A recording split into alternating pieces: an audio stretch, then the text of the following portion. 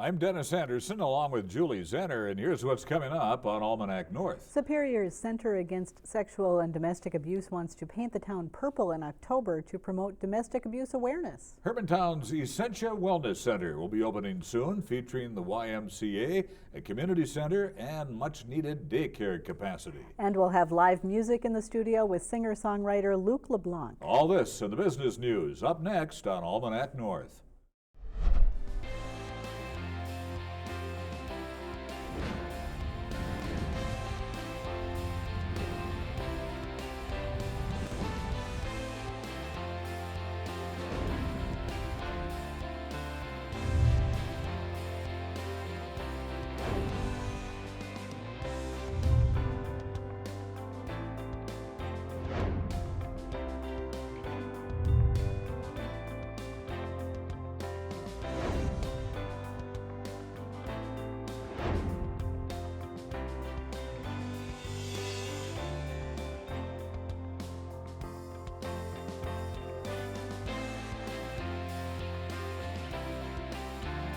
Hello once again and welcome to Almanac North. Thank you very much for watching. And Julie, the first official week of autumn has been fairly nice. It's been pretty nice indeed, but we know that bad things are coming. Well, let's call it winter, but we're a ways off from that yet.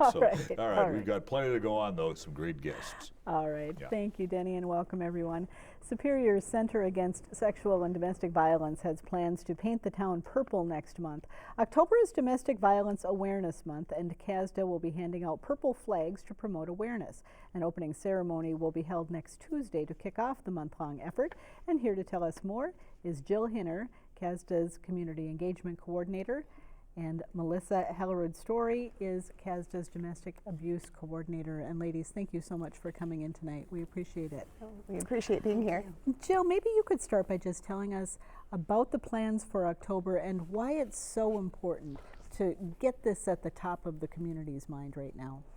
Yeah, absolutely. Well, when I was looking at our scheduled October events, it looks like the first part of the month is very much about the awareness and education piece. And then later in the month, we have a couple of opportunities for community members to participate in fundraisers that will support services for domestic violence victims and survivors. And of course, it's so important because really domestic violence and the other issues that we address at CASDA, sexual assault and child abuse, should be top of mind for everyone every day of every year, because these issues are present in our community and impacting families every day of every year. The kickoff event includes speakers, not only community leaders, but also local survivors telling their stories and the impact of domestic violence on them. And that comes next Tuesday morning at the Douglas County Government Center in the atrium. And then on the 17th, there's another wonderful education and awareness event called Why Does She Stay?, which is an interactive training experience free for community members. It even includes a pizza meal at VIP over in Superior, where participants can really learn, they can role play the experience of a victim and how hard it can be to leave an abusive relationship. Melissa, maybe you can talk to us a little bit about the mission of CASDA.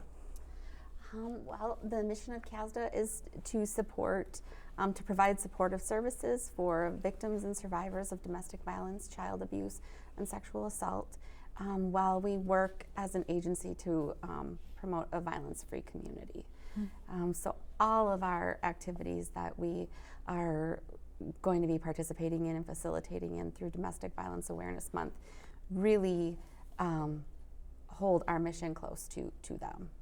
So do victims of domestic violence contact CASDA, or are you usually notified by legal authorities? It is a combination Either of way? both. Yep. Okay. We work closely with the law enforcement in Superior, both the Douglas County Sheriff's Department and Superior Police. But we also, we have a lot of people calling our 24-hour helpline to access services and get information. Jill, you raised the question, why does she stay? And I think a lot of people ask that, what makes it so difficult for women or men to get out of abusive relationships once they're in them, or so easy to return if they do get away. Yep. And in fact, I am going to come back to the pronoun for a moment here too, because we use an exercise that's called Why Does She Stay, but it could also be called Why Do They Stay, because certainly there are victims and survivors of all gender identities. We do find that the majority of victims that seek our services are female, at least 80%, but that's definitely not the only population that's affected. But barriers to leaving, a lot of financial barriers to leaving. We were just talking in the office today about, imagine, for example, if you're talking about an individual that has grown up in poverty, maybe a lot of instability, a lot of transitional housing, a lot of hopping from place to place, maybe times of homelessness. And imagine if that person's first stable home turns out to be with an abuser, but they have a roof over their head and the same bed to sleep in every night.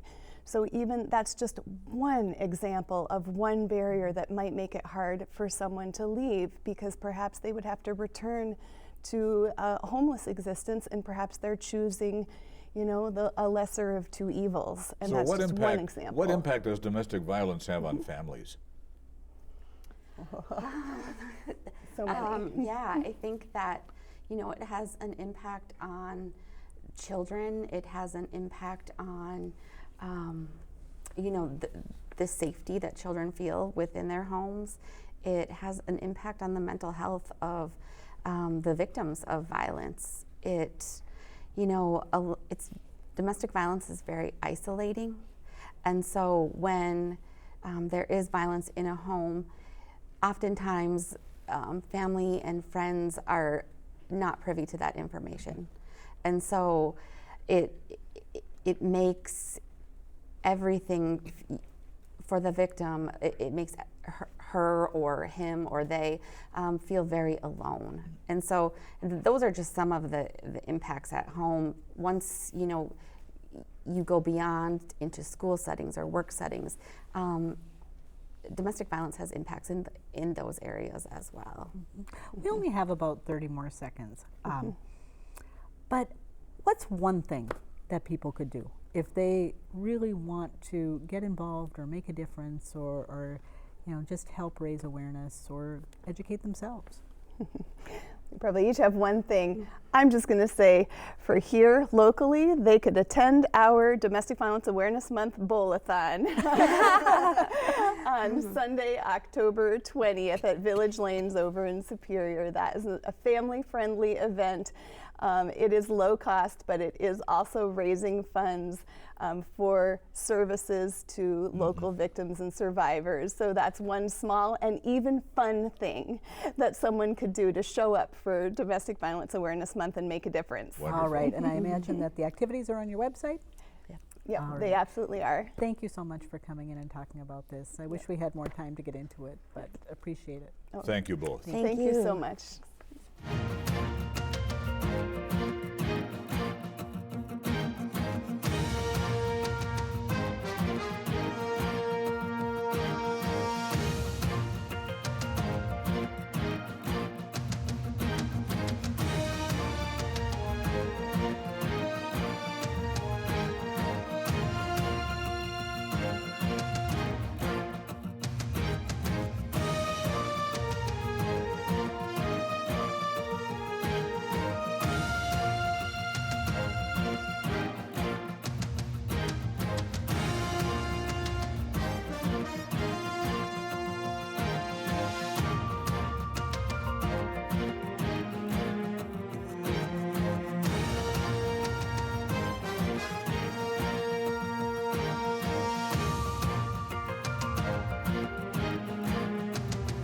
Well, a dream is about to become a reality in Hermantown, where the Essentia Wellness Center is poised to open its doors next month.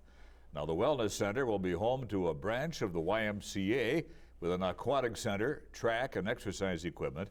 It will also include Essentia sports medicine services, and it will house a licensed daycare center.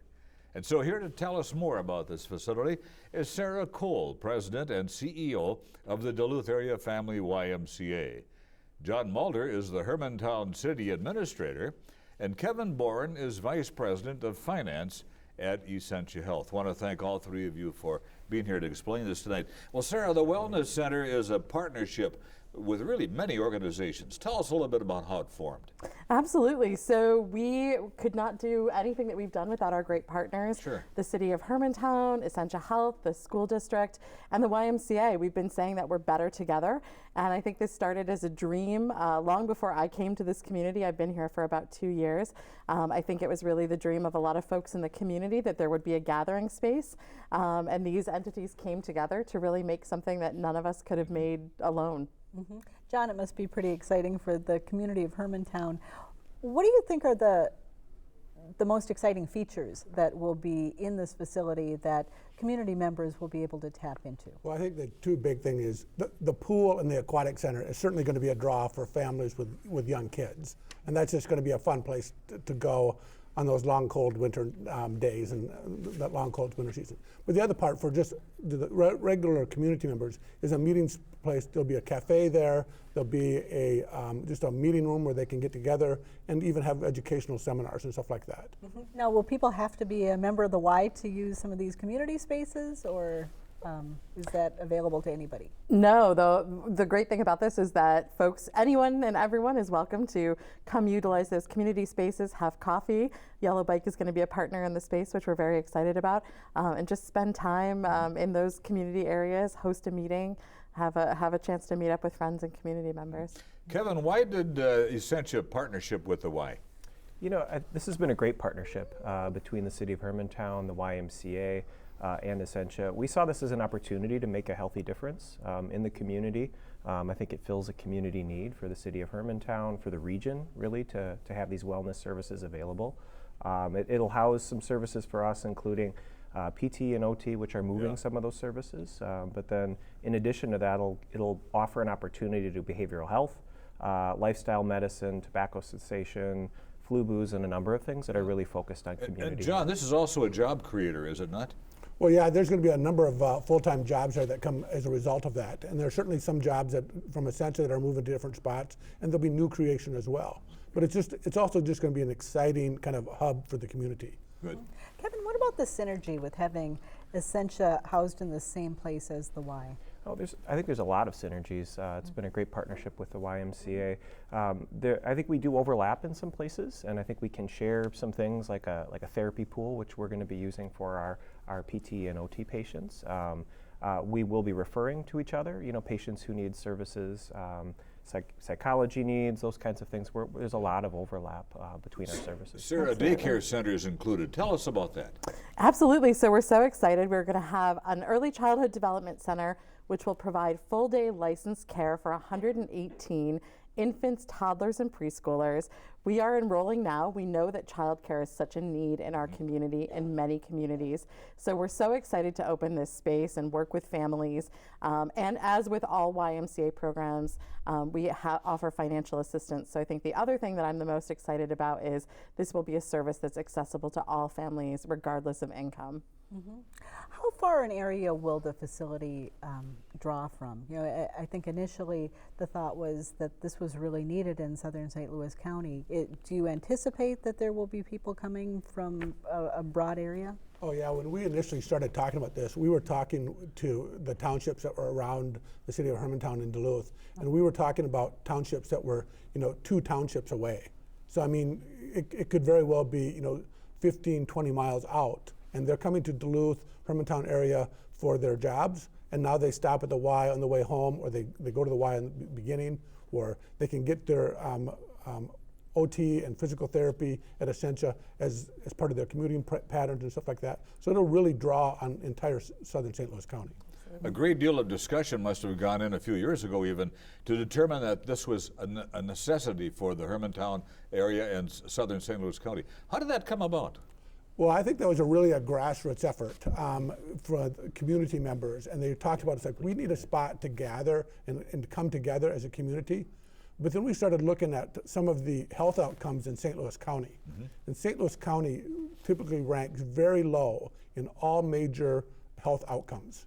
And so when we talked about wanting to have a community center, we wanted the why, where people could get more recreational opportunities, but that's why we wanted a medical partner with Essentia who could kind of give us kind of help promoting health and using that as well. Kevin, what's going to be going on as far as the opening ceremony and giving people an opportunity to look inside? Absolutely. I think right now you can do a sneak peek if you're a member through the YMCA. I think that opportunity is available to be a charter member. I think that's the term that we're going to use, and you could get a sneak peek at the building. Officially, the YMCA opens October 15th. We will be seeing PT and OT, physical therapy and occupational therapy patients, on October 14th, and I think on October 15th, everything will be open and you can come and see. All the best. Our time went much too fast. Thank you all for being here Thanks tonight. for having us. All right. Thank you. All right. Good Thank luck you so so much. kindly. Thank you very much.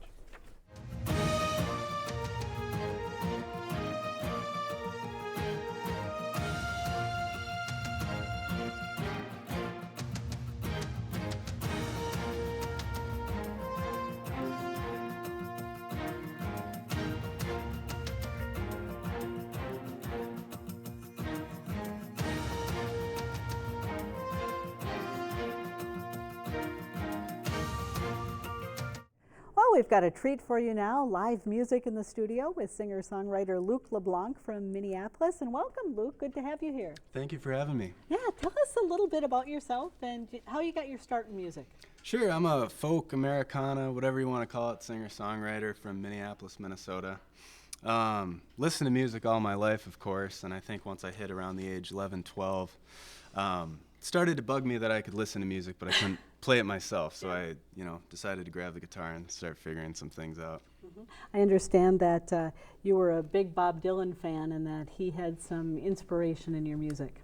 Yeah, big influence. When I was about 13, I went up to Zimmy's Bar up in Hibbing, Minnesota, and they had a national Dylan singer-songwriter competition, and I sang a song and fortunately won the contest, and yeah, he's always been a big influence. Where do you get the inspiration for your original music? You know, I get that question a lot, and it's really hard to tell. Sometimes you just pick up the guitar and you play something interesting and you get an idea there, or you might feel something and something comes out when you're trying to write. You know? Talk a little bit about the songs that you're going to be performing for us tonight. Sure. I spent about 6 months living down in Nashville, Tennessee, and met up with a friend of mine I met maybe 5-6 years ago when I first went down there, named Roy August. And back in the 70s, he used to write for the Oak Ridge Boys. And I called him when I got down and said I'd like to meet up with you, and we met at a Hardee's. He told me to meet him at the Hardee's, and so we wrote a song there called Same Blues. And I just recorded it recently, and it's on Spotify, and if you go to my Instagram and Facebook pages, Luke LeBlanc Music, you'll see it on there, and just released it as a single. And for folks who want to see you in person, I understand that you have a concert coming up here in Duluth in a week? Yeah, I'll be at Sir Benedict's October 5th at 6 p.m. All right, well, take it away. Thank People you. are excited to hear you. Thanks.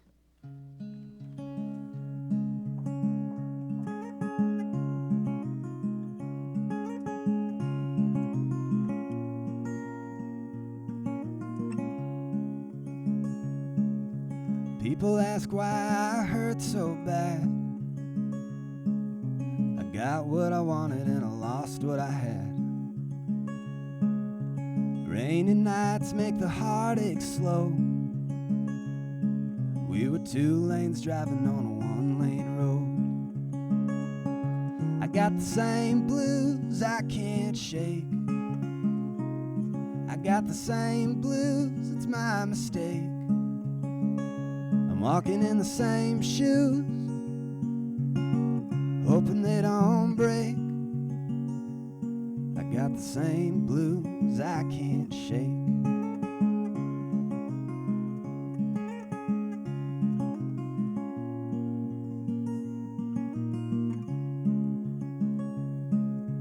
I could run fast and far away, fool myself into working all day. But the fever in my bones, it won't die young. My gear's jammed and my body's numb. I got the same blues I can't shake.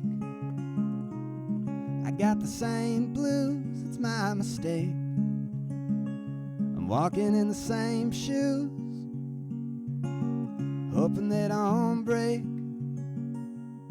I got the same blues I can't shake.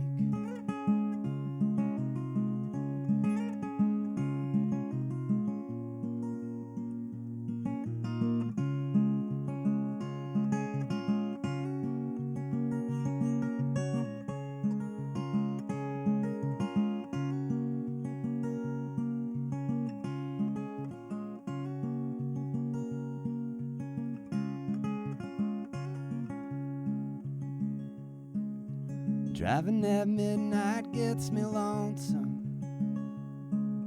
I didn't know love until I had some. She didn't like my occupation. It was a drive-away situation. I got the same blues I can't shake. I got the same blues, it's my mistake. I'm walking in the same shoes, hoping they don't break. I got the same blues I can't shake.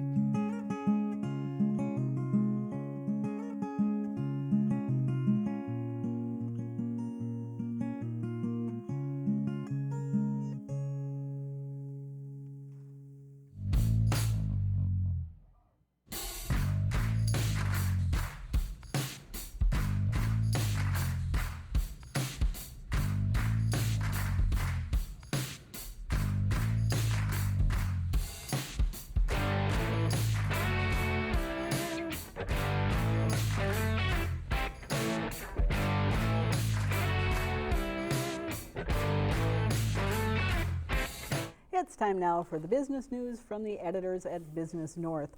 Ground was broken Wednesday for Essentia Health's $800 million Vision Northland project. It represents promise for the future, said Dr. David Herman, allowing the healthcare system to meet evolving needs with cutting-edge technology.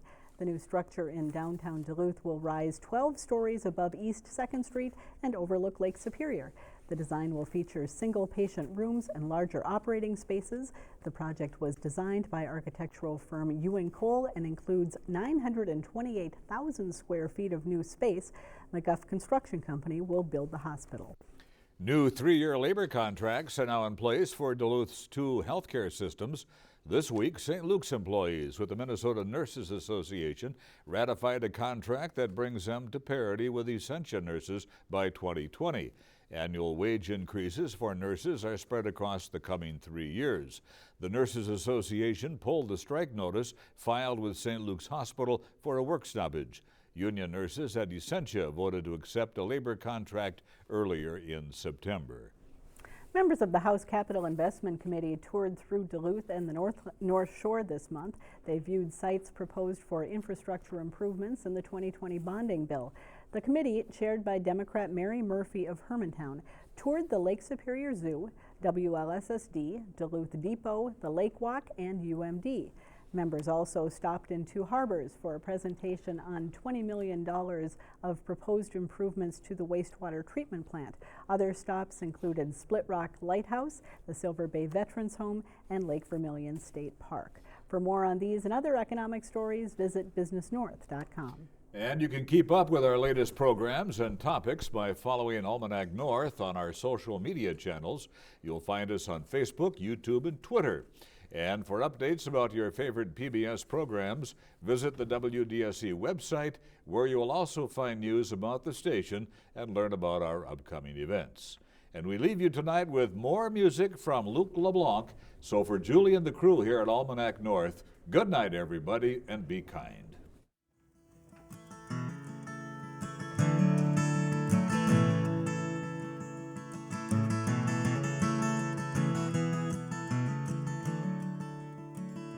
Sunday evening I try to remember the weekdays that have passed me by. It won't stop till the end of December, and and it'll carry on by New Year's time. Looking out through that unclean window, I see the world drenched to the bone. And I know my umbrella can't save it from the storm yet to come.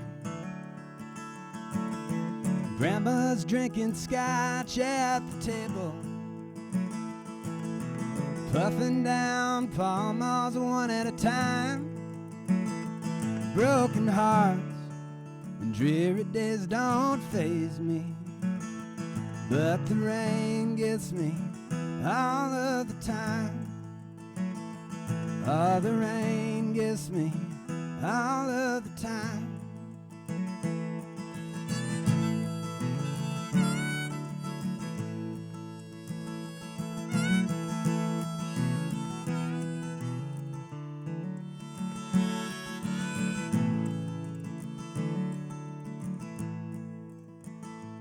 As the rain drops on my nose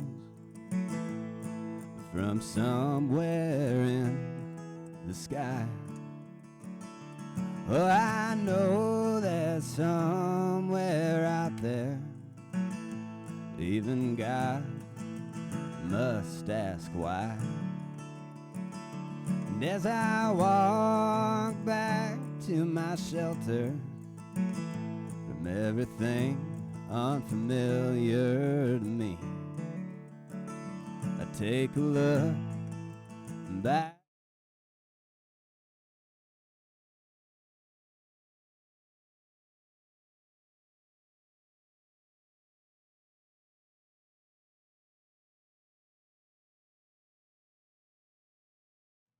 Puffing down Pall Malls one at a time. Oh, broken hearts and dreary days don't faze me, but the rain gets me all of the time. Oh, the rain gets me all of the time. Oh, the rain gets me all of the time.